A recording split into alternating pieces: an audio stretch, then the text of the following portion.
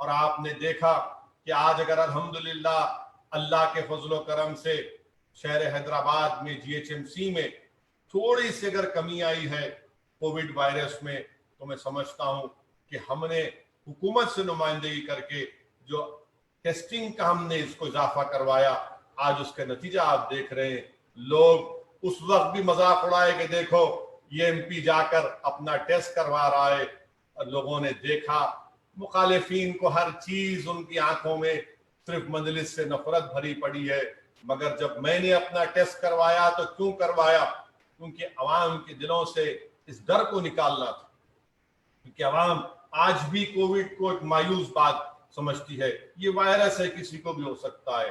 تو میں پھر سے آپ سے اپیل کر رہا ہوں کہ ٹیسٹنگ کروائیے، اور جب ٹیسٹ خدا نخواستہ پازیٹو آئے گا تو فوراً آپ کا علاج شروع ہوگا۔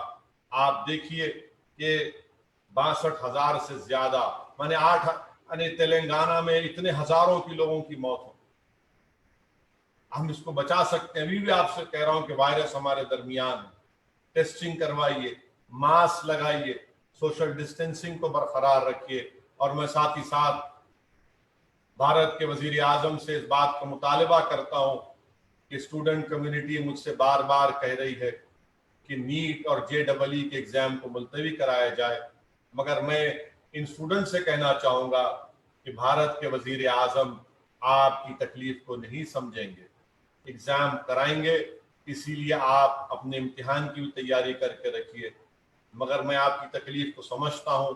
اور میں ساتھ ہی ساتھ یہ بات بھی آپ کو بتا رہا ہوں کہ یہ بہت کٹھن امتحان ہوتا ہے JEE کا اور نیٹ کا، بچے سالوں اس کے تعلق سے محنت کرتے ہیں۔ میں صرف اللہ سے دعا کرتا ہوں کہ اللہ سبحانہ و تعالیٰ آپ کی اس مشکل وقت میں آپ کو ساتھ دے، اللہ آپ کے ان تمام خوابوں کو پورا کرے۔ میں آج یہ بھی بات بتانا چاہتا ہوں کہ انشاءاللہ تعالیٰ حیدرآباد میں سیکریٹریٹ کی جو 2 مساجد کو شہید کیا گیا تھا، انشاءاللہ تعالیٰ دوبارہ اسی مقام پر وہ مسجدیں تعمیر ہوں گی انشاءاللہ تعالیٰ۔ C بلاک میں مسجد تھی، D بلاک میں مسجد تھی، اسی مقام پر انشاءاللہ تعالیٰ مسجدیں تعمیر ہوں گی۔ آل انڈیا مسلم پرسنل لا بورڈ کے تمام شہر حیدرآباد اور تلنگانہ کے اراکین نے اجلاس کر کے اس بات کو دہرایا، قوم اور ملت کے ذمہ داروں نے اس بات کو دہرایا کہ اسی مقام پر دونوں مساجد کو تعمیر ہونا ہے۔ انشاءاللہ تعالیٰ وہ دونوں مساجد اسی مقام پر تعمیر ہوں۔ ہم حکومت سے مطالبہ کرتے آئے ہیں اور ہم کو پورا یقین ہے کہ ہم اپنے اس مطالبے کو منوانے میں کامیاب اور کامران ہوں گے انشاءاللہ تعالیٰ۔ ہاں، مخالفین سے میں یہ بھی کہوں گا کہ تم اپنے مقصد میں کامیاب نہیں ہوگے، تمہاری نیتوں میں اخلاص نہیں ہے، تمہاری نیتوں میں صرف نفرت ہے، حسد ہے، اور حسد کی بنیاد پر تم کبھی کامیاب نہیں ہو سکتے۔ ہماری نیتوں میں اخلاص ہے اور رہے گا انشاءاللہ تعالی۔ تم ہماری آوازوں کو نہیں دبا پاؤ گے۔ اور یاد رکھو کانگریسیوں، وہ غلام نبی آزاد جو بڑی بڑی باتیں کرتے تھے، اسد الدین اویسی بی ٹیم، آزاد صاحب، اب تو آپ کو شرمندہ ہونا پڑے گا۔ اگر آپ میں ابھی بھی کوئی حیا نام کی چیز باقی ہے تو میں آپ سے پوچھ رہا ہوں کہ کیا آپ کی پارٹی نے، آپ کی اعلیٰ کمیٹی کے اجلاس نے آپ کی دھجیاں اڑا دی؟ آپ ہی کے پارٹی کے لوگوں نے آج سے پوچھا کہ کشمیر کے 3 سابقہ چیف منسٹر جیل کو چلے گئے، آپ کو جیل کو کیوں نہیں ڈالا گیا؟ آپ ہی کے پارٹی نے اخبارات میں رپورٹ کیا، آپ مجھ پر الزام لگاتے تھے جب کبھی حیدرآباد آئے بی ٹیم، مجلس بی ٹیم، اویسی موڈی کا بی ٹیم۔ آزاد صاحب، اب آپ بتاؤ کس کے بی ٹیم ہیں آپ؟ آپ کی پارٹی نے، میڈیا نے رپورٹ کیا کہ آپ کی پارٹی کے ایک سینئر لیڈر محترمہ نے کہا کہ کس نے تم کو، یعنی آزاد کو، JNK کا چیف منسٹر بنایا۔ آزاد صاحب، اب تو ہوش کے ناخن لے لو، اگر غیرت باقی ہے تو خیر آباد کہہ دو، مگر آپ نہیں کریں گے، میں جانتا ہوں، مگر ہم کو اس کی فکر نہیں ہے، آپ کا اندرونی معاملہ ہے۔ مگر میں انگریزی میں جس کو کہتے ہیں پوئٹک جسٹس ہے کہ جو ہم پر الزام لگاتے تھے، آج انہی کے پارٹی کے بڑے بڑے لوگ ان پر الزام لگا دیے کہ بی جے پی کے اشاروں پر خط لکھا گیا. خیر یہ آپ کا اندرونی معاملہ ہے. میری آپ تمام سے پھر سے گزارش ہے کہ درس کربلا کو سامنے رکھیے, اپنے ہمت اور حوصلوں کو بلند رکھیے, اور انشاءاللہ تعالی مظلوم لوگوں کا ساتھ دیتے رہیے. اس کووڈ وائرس کی وجہ سے بہت سے لوگ بھوکے ہیں, ان کے پاس پیسے نہیں ہے, ان کی مدد کرنا ہم تمام کا فریضہ ہے. اللہ نے جس کسی کو دولت دی ہے مدد کریے. یہ مت دیکھیے کہ کون ہندو ہے, کون مسلمان ہے, کون دلت ہے, کون عیسائی ہے. میرے بھائی آج بہت بڑی تعداد میں اس ملک میں غریبی بڑھ چکی ہے. میں آپ سے کہہ رہا ہوں میرے الفاظ کو یاد رکھیے کہ بہت بڑی تعداد میں اب ہمارے وطن عزیز انڈیا میں ڈراپ آؤٹ ریٹ بڑھنے والا ہے, بچے مزدوری میں اضافہ ہونے والا ہے, میل نیوٹریشن میں اضافہ ہونے والا ہے, سٹنٹڈ گروتھ ہونے والی ہے, ویسٹیج ہونے والا ہے بچے جب پیدا ہوں گے. اس لیے بہت ضروری ہے کہ ہم تمام کو ایسے وقت میں اپنے آپ کو, اپنے خاندان کو, اپنے دوست کو, اپنے پڑوسیوں کی مدد کرنا ہے. میں آپ تمام کا پھر سے شکریہ ادا کرتا ہوں کہ آپ نے اس جلسے کو دیکھا. ہم یہ کوشش کر رہے ہیں کہ مجلس کی کارروائیوں کو جو ہمارے ہر سال سالانہ جلسے ہوتے ہیں اس کو آپ تک پہنچایا جائے, اور انشاءاللہ تعالی بہار کے اسمبلی انتخابات میں بھی مجلس اتحاد المسلمین حصہ لے گی. ہمارے بہار ریاست بہار پردیش کے صدر جناب اختر الایمان صاحب, جناب آفتاب صاحب, جناب عادل صاحب الحمدللہ محنت جستجو کر رہے ہیں. میری بہار کی عوام سے بھی گزارش ہے کہ آپ ان کا ساتھ دیجئے, ان کے ہاتھ کو مضبوط کریے, اور انشاءاللہ تعالی آپ کی بار ہم نہ صرف ہم کشن گنج کے اسمبلی سیٹ پر کامیابی حاصل کریں گے بلکہ اور دیگر اسمبلی حلقے جات سے انشاءاللہ تعالی اختر الایمان صاحب کی قیادت میں مجلس کے امیدوار کامیاب اور کامران ہوں گے. میں بہار کی عوام سے, جنتا سے اپیل کر رہا ہوں کہ آپ دیکھ چکے ہیں کہ جس نے سیکولرزم کے نام پر آپ سے ووٹ لیا وہ آر جے ڈی, وہ جنتا دل کہاں گئے؟ تمام کے تمام جا کر مودی کا ساتھ دے رہے ہیں. آپ دیکھ رہے ہیں کہ بارش سے کتنے زمین کا کٹاؤ ہوا ہے, بارش کی وجہ سے کئی برجز تباہ و برباد ہو چکے ہیں, بارش کی وجہ سے کئی ضلع آج بھی پانی میں ڈوب رہے ہیں. مگر عجیب بات ہے کہ مودی کی سرکار وہاں پر الیکشن کروانا چاہتی ہے. یہ عجیب بات ہے کہ کووڈ ہے, امتحان بھی ہوں گے, کووڈ ہے تو بھومی پوجن بھی ہوگا. یہ سب چیزیں عوام دیکھ رہی ہے اور ان کے عزائم کو دیکھ رہی ہے. میری آپ سے ادباً گزارش ہے کہ بہار میں مجلس کو مضبوط کریے, اور انشاءاللہ تعالی جو ہماری ذمہ داریاں ہیں انشاءاللہ تعالی ہم اس کو نبھانے کی کوشش کر رہے ہیں. آپ سے بھی گزارش ہے کہ آپ ہمارے لیے دعا فرمائیے, آپ کی دعاؤں میں دعا فرماتے رہیے کہ اللہ سبحانہ و تعالی ہمارے نیتوں میں خلاص رکھے. اللہ سبحانہ و تعالی ہم سے اور کامل, اللہ سبحانہ و تعالی نبی کریم صلی اللہ علیہ وسلم کے صدقے طفیل میں ہم کو اللہ اتنی عزت اور طاقت دے کہ ہم اور زیادہ مظلوموں کی مدد کریں, ظالموں سے پنجہ آزمائی کریں. اور میں اللہ سے دعا کرتا ہوں کہ اللہ سبحانہ و تعالی محمد مصطفیٰ صلی اللہ علیہ وسلم کے صدقے طفیل میں, اہل بیت کے صدقے طفیل میں اللہ سبحانہ و تعالی ہماری دین دنیا میں ہم کو کامیابی سے ہم کنار کرے. اللہ ہم کو توفیق دے, اللہ ہم کو عزت دے, اللہ ہم کو طاقت دے کہ ہم ظالموں کے ظلم کو ان کو روک سکیں. اللہ ہم کو ہدایت دے, اللہ ہم کو توفیق دے, اللہ ہم کو غیب سے مدد فرمائے کہ مظلوموں کا اور کمزوروں کا ساتھ دے, اور اللہ ہم کو عزت سے نوازے. اللہ ہم کو سیاسی طور پر ایسا عروج دے کہ ہم اپنی ملک میں سیاست میں اپنا جائز مقام حاصل کر سکیں, اور اس مقام کے ذریعے ہم مظلوموں کا ساتھ دیں, ہم غریبوں کا ان کا حق دلا سکیں, مسلمانوں کا ان کا جائز مقام ان کو دلا سکیں. میرے عزیز دوستوں اور بزرگوں, درس کربلا یہی ہے کہ ہم کبھی بھی ظالم کے ظلم کو نہ سہیں, مظلوموں کا ساتھ دیں. وآخر الدعوانا الحمدللہ رب العالمین.